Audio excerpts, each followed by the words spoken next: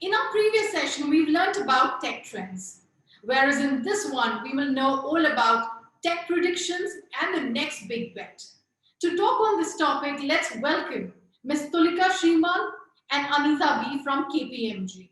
Along with them, we have Ms. Anjali Gulati moderating the session. Anitha comes with over 20 years of experience in IT infrastructure and has successfully led large-scale IT transformation in IT operations initiatives. Whereas Tulika has 19 plus years of IT experience in healthcare, retail, and financial industries delivering technology solutions through product implementations, application development, and IT services management across geographies. So thank you, Tulika and Anitha, for being here today as part of the WiT Ignite career fair. So from smart watches to smart homes, we've looked at some of the emerging technological trends that could redefine the way we work, communicate, learn, and live. So my first question to you, Tulika, is about AI and ML, right? Those are the buzzwords that we hear today. And the machines are learning, but what about the humans? So, humans learn every day. I mean, it's a bit unfortunate that our education process is such that learning seems to be a very voluntary activity. It is not. The fact that we're evolving, evolution is a testimony that we're learning every day. And I think humans have no competition with machines. Even though there's artificial intelligence, there's machine learning, there's these various other disruptions that are coming up. I would say the fact that machines are learning is the reason humans are learning more every day. And as predictive analysis, as more complex algorithms, as more data is flowing into these statistical or analytical models, the human thinking and learning is also evolving to new dimensions, new levels, and I think that will just continue. So yeah, long answer short, we're never stopping learning. We're evolving. The fact that we are here today and we will be somewhere else another few years is because we're all learning. Yeah, but I think the pace at which the learning is happening has really gotten accelerated, especially in the last 7-8 months, right? Because we've just had to deal with so much new. So Anitha, coming to you, what's your view on that? Are we learning? Oh yes, when you really talk about humans, humans definitely learn. The depth and breadth of knowledge that human do have is far more sophisticated than missionaries, right? So we do kind of fed the data, machine learning, everything into the robots, the humanoids, and which kind of helps you in making the operational ability and bringing the accuracy and speed of execution, and all the tedious and monotonous work is kind of taken away. But then definitely human brains are far more sophisticated is what I would like to say. Great. And to your point, Anjali, on the speed or the accelerated pace of learning, yes, that is right. And that is also because, now we're able to think so much more complex. Our thinking has evolved so much that our learning process has totally adapted to that. And that's why we're able to cater to this accelerated, faster pace of growth, disruptions. I mean, COVID is a great example, right? How quickly the world learned to adapt and learn and do everything that we were doing anyway.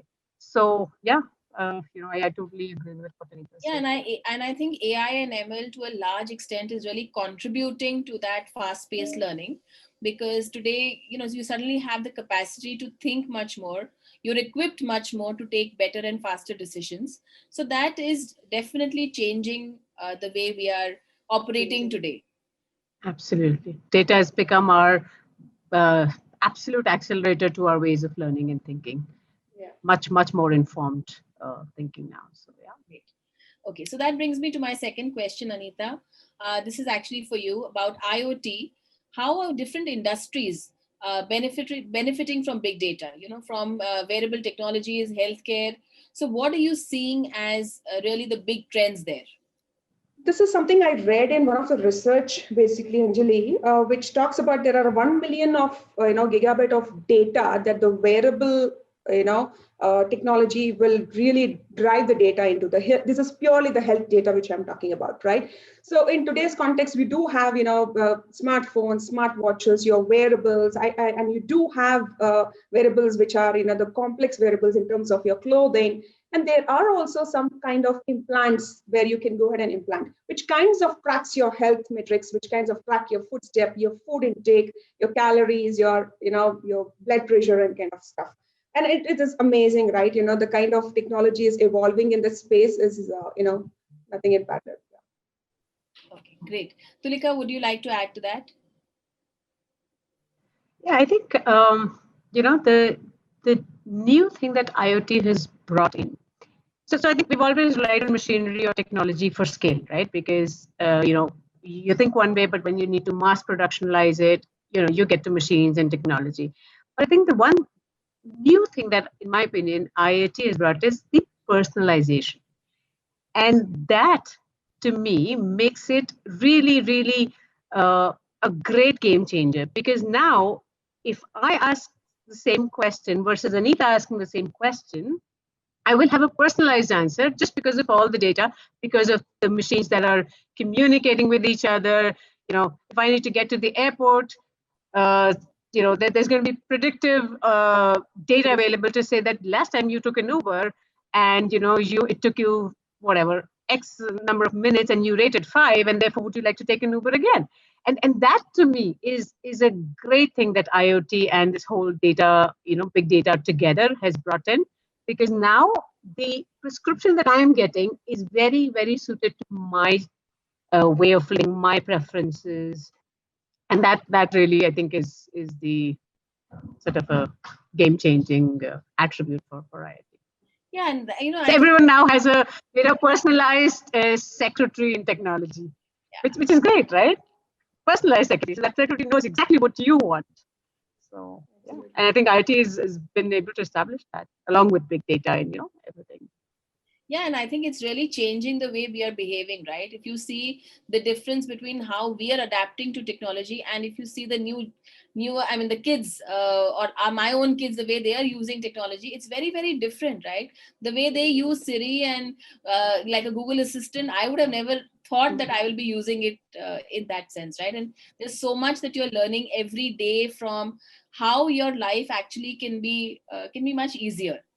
Right, and apps and all the whole conversation around what you can see and what it gets tracked, the number of steps that you're doing and the whole competition bit, that's of course the starter piece of it, but the conversation is so much more larger that we see now. And in fact, and it also, I think, yeah, sorry, please go ahead, don't mean to interrupt. No, I was just saying, it also sort of frees up a lot of your mental capacity to think better, because now there's a certain amount of logistics, a certain amount of information that's being taken care by everyone. Do you know that there'll be an alert if the eggs in the fridge go missing, right? So it's like a lot of your mental load sort of taken over by, so you can perform better, you can live better, maybe all your quality of life will become a lot better, and it is permeated across the world. I mean, it's not just a certain section or not just people who are technologically advanced. It's just reached everywhere. So I think it's beautiful. Yeah, and I think that's really life-changing, right? And we are seeing more of it happen in the last 7-8 months, a lot more, because I think we're also spending more time with some of these devices that we have. True. Great. So that also now we look at, of course, changing the conversation now to open and cloud-based platforms. Do you think open cloud-based platforms will help in shaping smarter markets? What's your view on that? I think so. I mean, I think it's already doing that. When you have these platforms where you can sort of provide an open forum for data to be exchanged, leveraged, apply statistical models to based on your need, your focused view of that whole gamut of data, I think it will always lead to smarter markets. And what I mean by smarter really is, to me, a personalized answer to a standard question is smart, right? And that's what a smart market will do. So there is this whole machinery or engineering happening around my asking a particular question or needing a certain service or a product, and a lot of that being applied, and I getting the best possible prescribed solution. So I think if I look at it from a 30,000 top view, we're moving towards a prescribed living, but the beauty is it's also personalized prescribed living. And that is a lot of comfort, right? So yeah, short answer, definitely smarter markets, better economy, better customer satisfaction, because now I get something that is very tailor-made to me. And that just makes the whole commercial aspect of it very, very pleasing and experience. Sure. Anita, Yeah, would you like to absolutely. add that? Yeah, I would agree with Tulika. While it kind of brings a lot of customization, the utility model, what we're talking about, the cloud, you do have infrastructure, software as a service, and anything as a service today, right? That kinds of brings you like, the lead time that you have brought, the reduced lead time, what you're bringing back to the customer is something really, really helps, and then today, if you have to go back a few years back and try to open up your own website, it did take a lot of time, setting up your servers, bringing up your, going back to the DNS, getting your registered, your, URL and all of these things. And today it is with a click of a button, you can get all of this done. And definitely, this kinds of gives you an, openness in terms of doing things better and lead time, reduce lead time. But one thing which I definitely need to add is more and more data, more and more application getting onto the cloud. Risk and security is something which we will have to be cognizant about. And that is something which we will also have to ensure that, we are, the data is secure while we are exploring most of these options. Okay.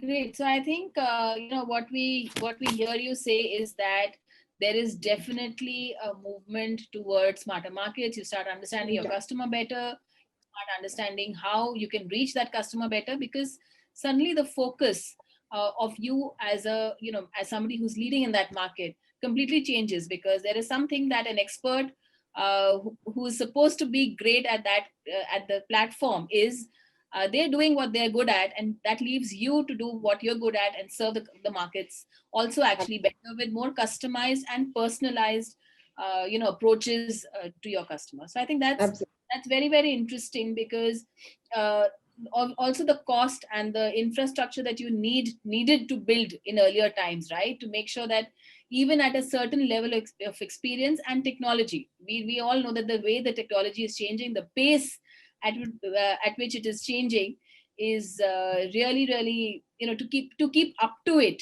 and constantly evolve is definitely not easy. So I think And that, yeah, please go ahead. no, I was saying I particularly like the model. So there's everything that's out there served to you on the cloud, and then you can sort of pay as you go, right? So you can adopt that whole, only the piece that you need, use it and pay. So it's not like this whole, and I think Anita was also alluding to that. You don't have to have this whole investment in a whole lot of infrastructure just to get that little piecemeal of data, that one little thing that will make your customer happy. It's all there. You pay, you go. So not just the infrastructure and the hosting and the cloud-based solutions, but also the whole software and the model around it, for you to be leveraging that software as a service or pay as you go kind of a model, a subscriber-based model. All of that, I think, has made the markets a lot more intelligent, intuitive, and customer-focused, to what you were saying, Anjali. Great. Also, that helps, in, like you're saying, the pay-as-you-go model. The cost, of course, goes down. The experience is very, very focused. Also, today, if I need something, I just use that little bit of it. Tomorrow, I may need something else, more evolved. It's easy for that switch also to really happen, depending on how the business is growing, or how I'm trying to reach new markets, or I'm trying to reach existing markets.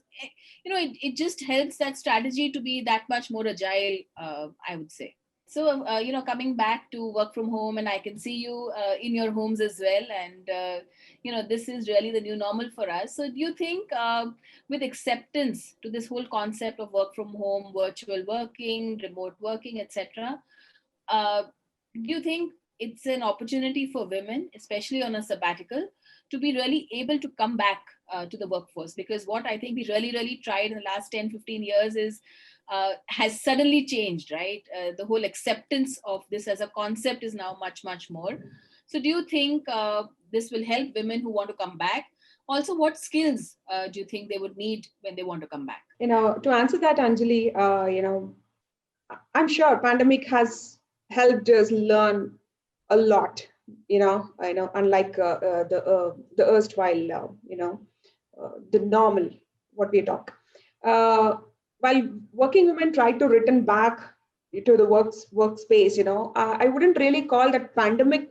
This pandemic would have helped us in a large sense, but otherwise also we do see a lot of women going to the sabbatical leave, be it your maternity, taking care of child care, elderly care, be it whatever, right? So when they have to return back, they will definitely have to ensure that the confidence that they have lost is something that they have to quickly regain, and they got to be focused.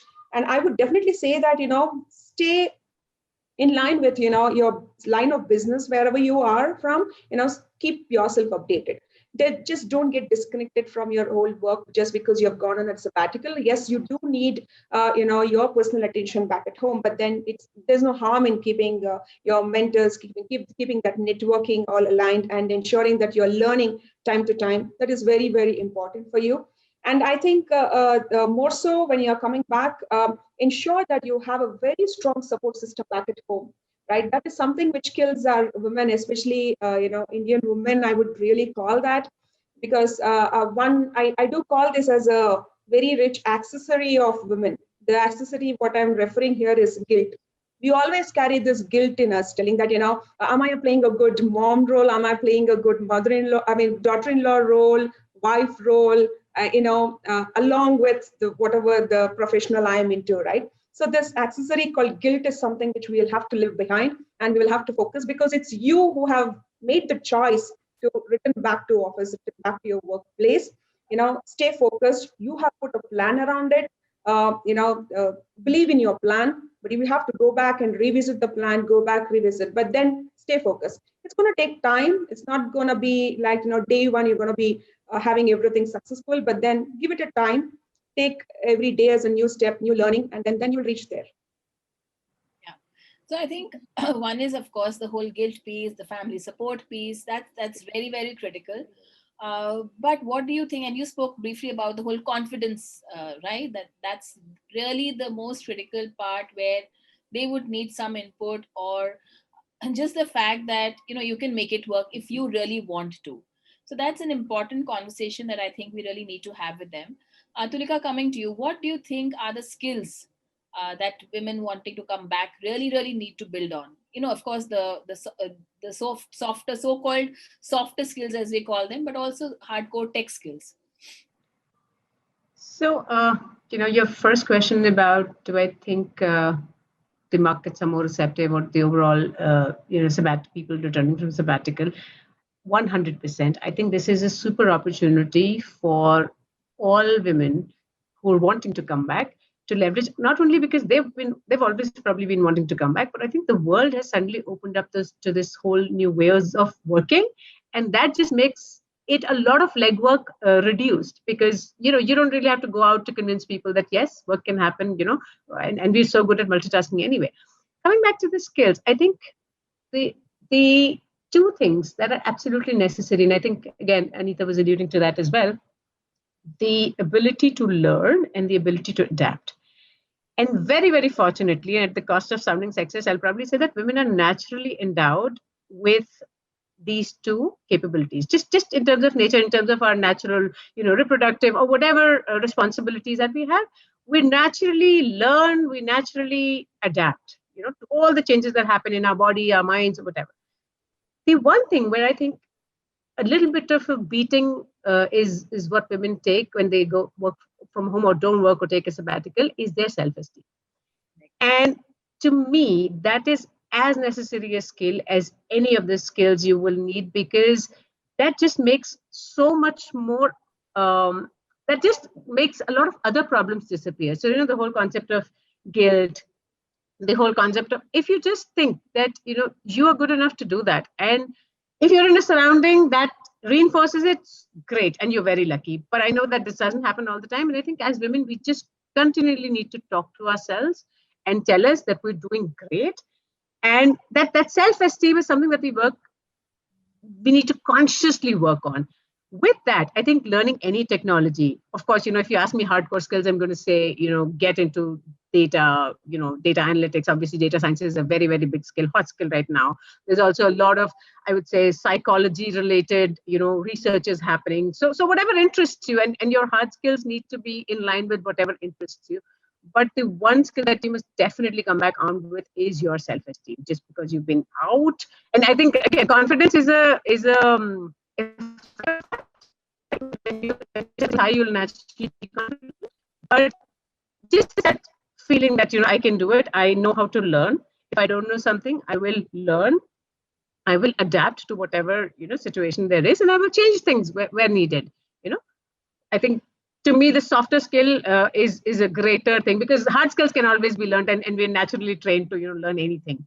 So I'd say self-esteem. Yeah, great.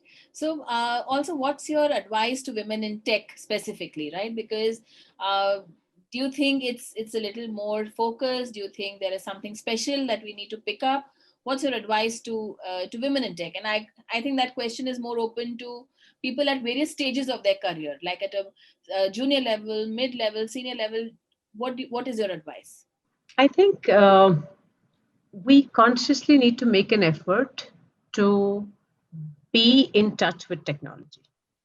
And that just doesn't mean the areas that we work on, but just in terms of what's happening around us. And again, in my opinion, and probably my sample size, I will know probably 10 men who can talk on, sports, politics, technology, but I don't know 10 women.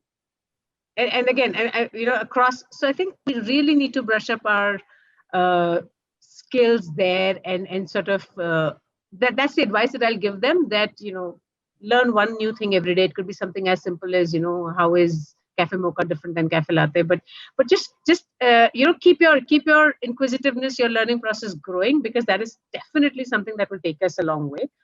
And otherwise, I think if I look at it from where I started, about 18, 19 years ago to now, I think women are doing great. They really don't need an advice. I just say rise and shine. We're all doing great.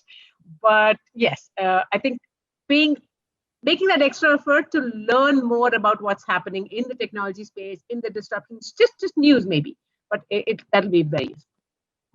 Anitha, over to you. Yeah, adding to what Tulika did mention, I just wanted to talk something else. I do agree with what Tulika brought up the points very clearly. The advice to women in technology is, I think more women who are in the leadership team should come out, take up the mentorship, talk, and try to help another woman, right, within technology. One is that, technically we do know change is something constant, and your ability to learn, and if you do have a mindset to go ahead and keep learning them, and that agility is going to help you. If you're a person, women who do not like too much of changes in this, I don't think this is a field, right? But in technology, that this is something which is constant. Change is constant. You got to learn every single day. I think apart from this, within women in technology, I think more and more women should come out and speak their experience. This kind of helps another woman to experience, and kind of tells that, okay, this is something not unique to me. Already someone has faced and how they have overcome it, and it's nothing unique to me. It's something very, very important. When we were young moms, at least to me, I never had this kind of platform where I could see more and more women speaking about their lessons learned, experiences. This is something I would definitely would like to say. You do call it as a sisterhood kind of a thing. You do need to ensure that you bring lot of women to closer, can talk and share their experiences. Great. That brings me to my last question, and this is a little bit of a personal question. In your journeys, right, you are where you are, you've had fabulous careers. What have been your personal learnings, or what has really worked for both of you to be, to take you through and reach these levels in your careers? So Anitha, would you like to go first? Yeah. So Anjali, to me very personally, that definitely I was passionate towards this. That my passion is something which drove me wherever I am today. But without my family support, I don't think this would have happened, right? I do have a son who is right now going to college, right? But then when he was in schools, primary schools, whenever he used to fall sick, I would have thought at least 4 to 5 times, put my resignation and go back and come settle back at home.